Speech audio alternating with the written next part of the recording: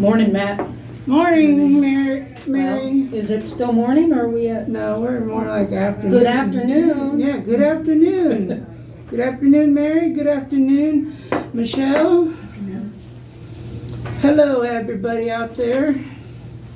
Welcome to the Red Heron Society, our book club. We're going to be talking about the second Hunger Games book, Catching Fire. And what an interesting name that is. And I don't think I don't know if they really use that much in the book. The name. In the third they do. Yes, they do, and then the third. But so,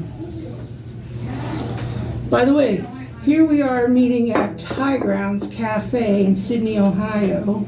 If you ever want a nice place to come and chat and get a good drink, I recommend this place. So, what did you guys think about this book?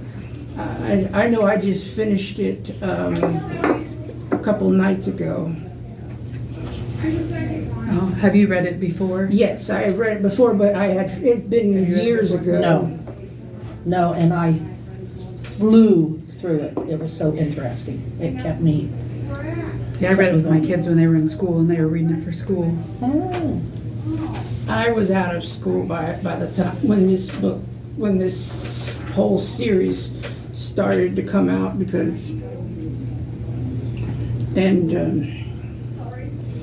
so I'm really enjoying the details yes that the book gives us because I want to compare it to the movie, and there is no comparison. No, there's not. Well, and there's so many things that make so much more sense when in the book than they do in the movie.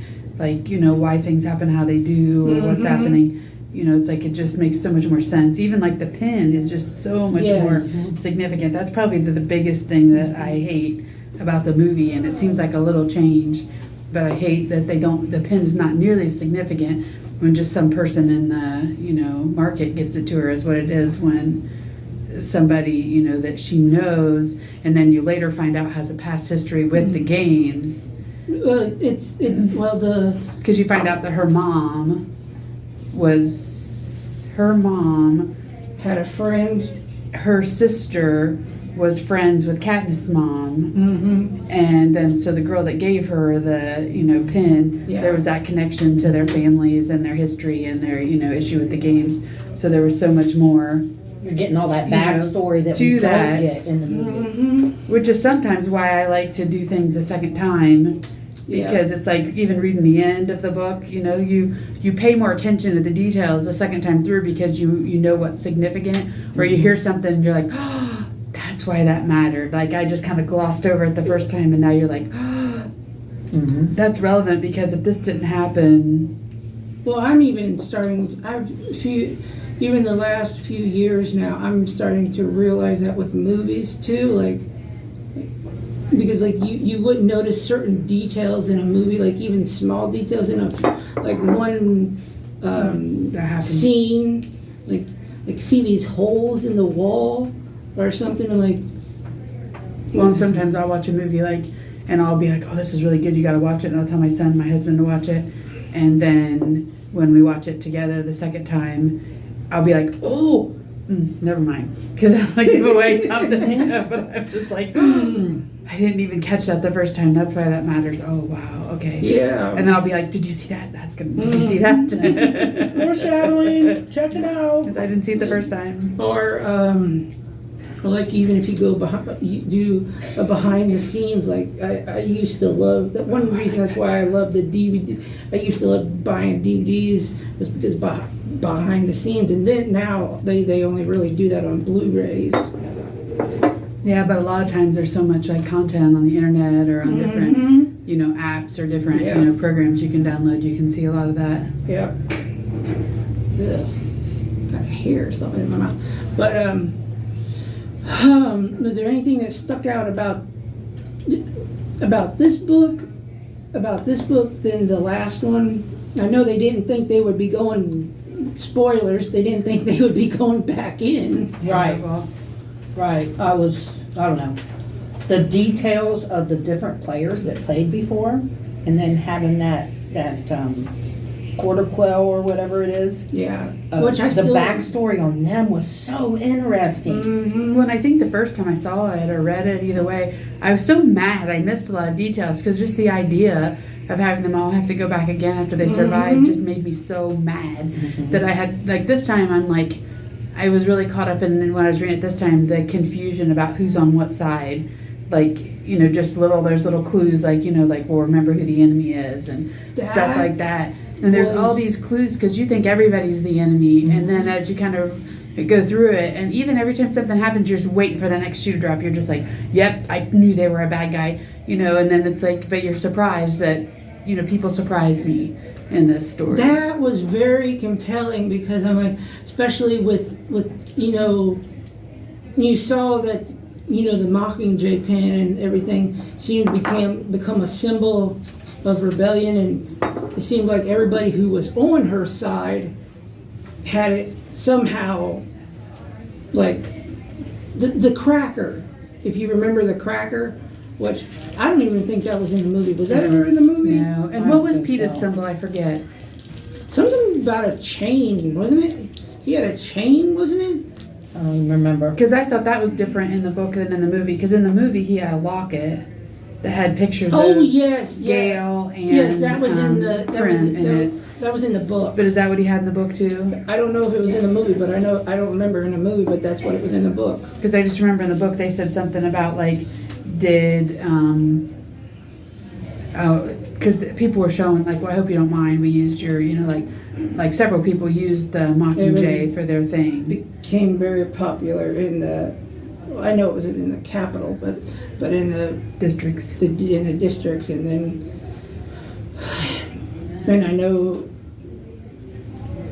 I don't know how the president wanted her to quill the you know, the uprising. I don't know how. I think he always knew she couldn't. He was just messing with her. Yeah, messing with her. There's no way. Like, I like how they figured stuff out, like in the quarter quell where they figured out the design and how it was working and how the next thing was going to happen, and that it was like a light bulb came on when they said it's this. And how the crazy ladies. Yeah, and the crazy lady tick-tock. Don't underestimate those old crazy ladies. I think everybody was in it all together. All the like they made. Everybody except for the careers. I don't think they were. No, they weren't in. I think like what was his name? Pete Ark. What was the name of the new head game maker? Oh, one that was on. That's on. Is it Pete Ark Blues something? I don't know. I don't know. He's on Katniss's side. And yeah, that was surprising. I think he designed the games. He couldn't make it look like, oh, this is too easy, and he had to make it look like, see, what made it is like, he had to make it look like people were going to die. They had so many close calls. And yeah. So many close calls with all the stuff that was happening. But he knew what he wanted to happen, but he knew people had to die in order for this to work. Oh, Plutarch Heavensby. That's what I was just... I mean, I'm like, I knew I should know it, but I couldn't come up with it. Even after I hear it, I still would have never come up with it. I could see the actor that played him in the movie in front of me. Yes, and that's terrible what happened to him. That actor actually committed suicide. Oh, no, I didn't know that. Yeah. That's why he wasn't in the third That's why he wasn't at the last part of the third film. Because I thought he was the best part of the movie. But no, the way they conveyed their plan to get out of there, I mean, Katniss and Peeta didn't know anything, which I thought Peeta knew something, but he didn't. Well, and I thought it was funny because she was so strong and so solid and so capable, but it's like she didn't process things fast enough. Like if she knew, she would have blown something probably. So it's like, even though she was so competent, they still had to keep that away from her because she would have made a mess of everything. Yeah. And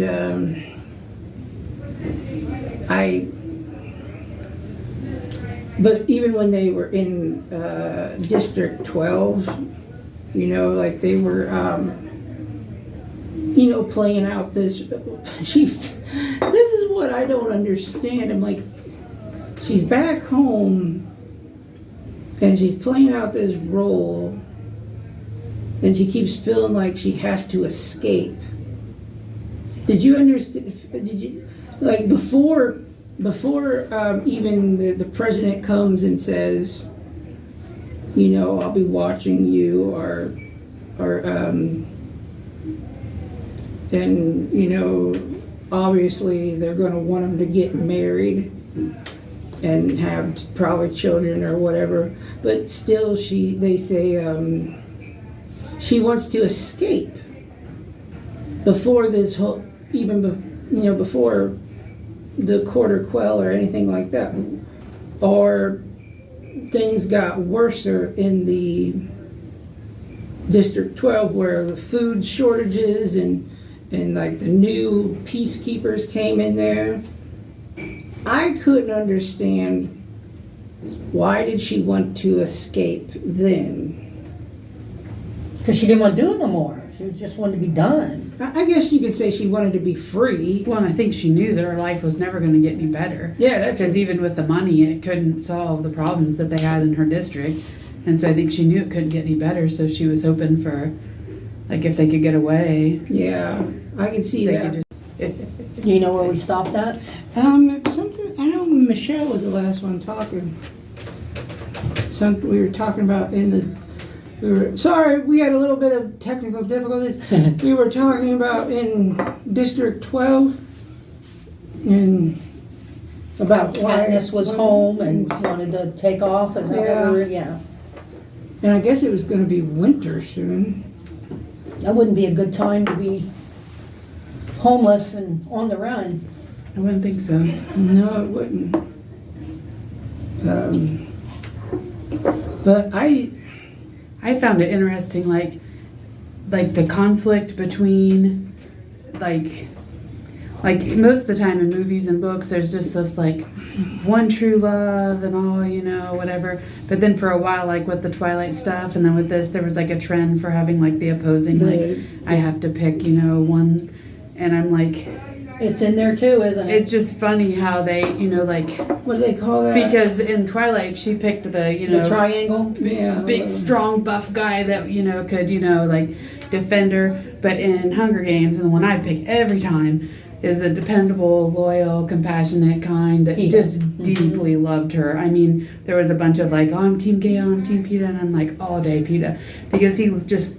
Her life is going to be so much better with him. And he's always going to be there. Because he's just completely, like, nothing else matters to him. He's going to just completely and securely, you know, take care of her to the best of his possible ability. And I'm like, that just seems like, like so safe. And it's like, and when it came down to it, when she was having nightmares, you know, he was the one she wanted. Like, even though she couldn't figure it out, all the clues were leading to the fact that that was really who she needed to be with.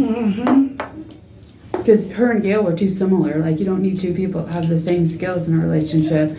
She needed Peeta to soften her and, you know, be more, like, human and more, you know, kind. Well, yeah, because she had to... She basically was I don't want to say a parent, but she was the person who took care of her household. She was definitely the responsible adult. Responsible with life and death choices, as far as bringing in the food and then trading in the market like she shouldn't be, and which I still don't understand why that they outlawed hunting and they said, oh, this is the capitals, because they wanted to own them. Yeah. If they could take care of themselves, then they had some independence. Well, sorry for... No, it's fine. You go ahead. But that's all I was saying, is that they, you know, to hunt's illegal, to be over there is illegal, to bring that in like the black market or whether and trade for other things that they needed. It was, she had to be strong, and yet they had to be cautious. Yeah, I don't know. It was, which I would have better hush up because it's going in the third book. Oh. And I'm ahead. Well, I know. I know some of this stuff. I've read them before. Listened to them, but it's been a long time. But as far as being the responsible, she was responsible. She was the life and death of that family. And her whole life was preparing her for the Hunger Games. Yeah. She had all the skills because of how she lived. Speaking of the Gale, and this is another thing. It's going back to the whole romance thing.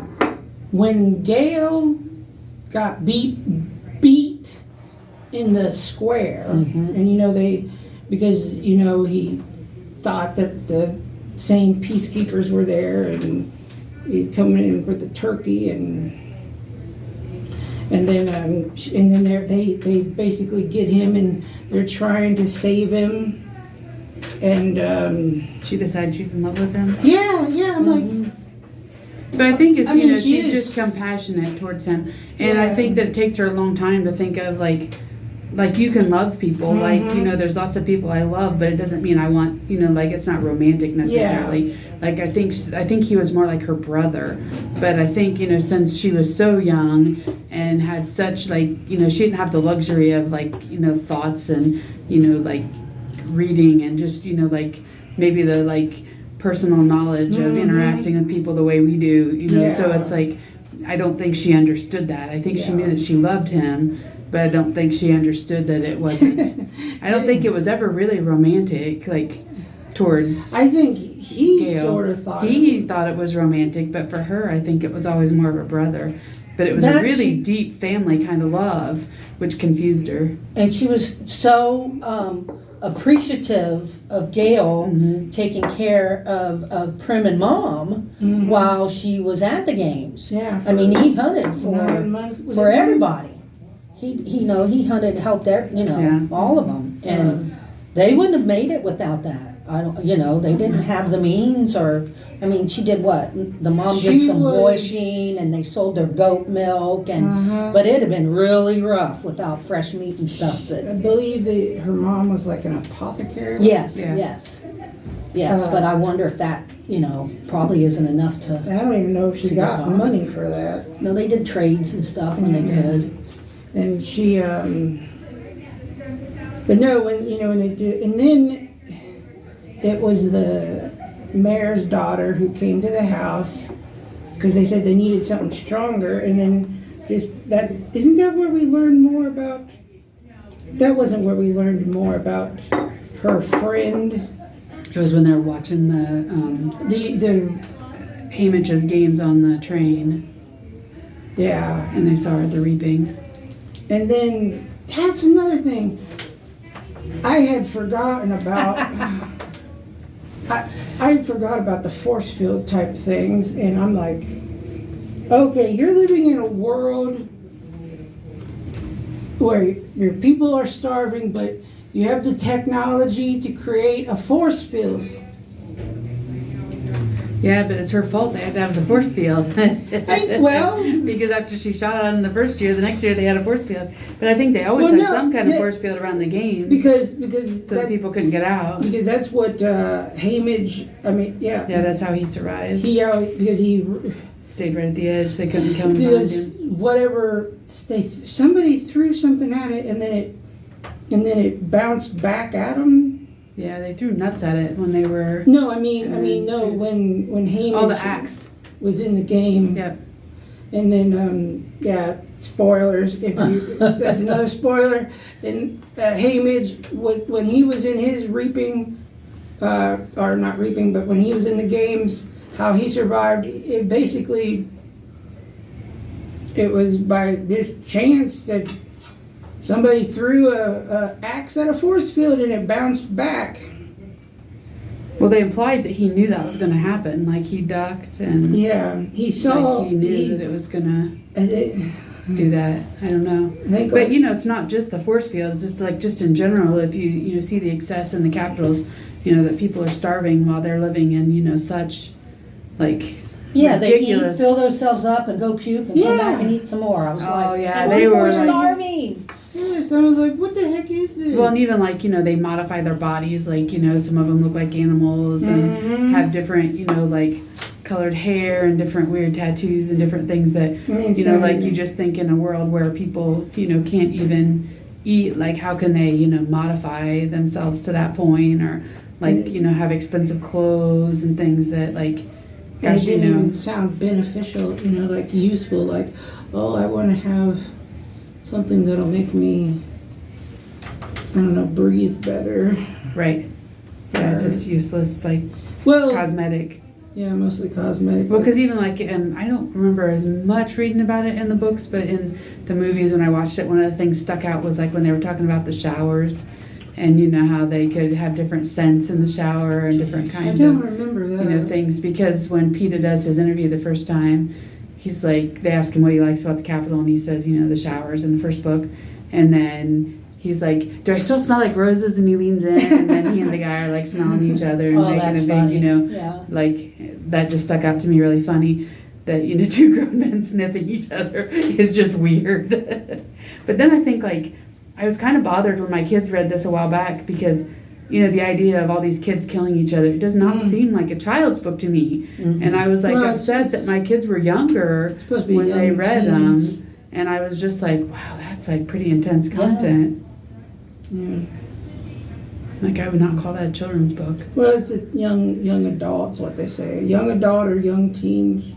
They said that about Twilight. I didn't want my kids to read those when they were younger either. Those were I thought those were more adult. If you're going to get into Twilight, I watched the movies, but I also listened to the books. The books were okay, but the movies, oh God, they were just hilarious. They were just awful. You didn't like them? No. Is it? Oh yeah, it's still working. It still worked for it. They were just awful. I didn't care. I mean, did you see the baby in that one? No, I just like the big wolves when they're big. I thought that was really cool. Well, then again, that is. I'd have been a Team Jacob all day. Yeah, me too. That is yeah. one thing about the movie, or the books too. They say they're not true werewolves. They're not true werewolves. They're like shapeshifters. They're because of something to do with they're just stuck in that, only being able to turn into that form. Now the vampires, they did mention that there was a group somehow that were true werewolves, but I think they made them go extinct or something. But there was the woman who wrote those books, she was planning on writing a fourth one, and I was hoping that she would talk about them. Just like there's a fourth Hunger Games book, but it's a prequel, and in my opinion, it's not fair. Oh, I liked it so much. I mean, Our opinions disagreed on that. yeah, I mean, you can say it's just because I don't care how young Snow is or whatever. He's a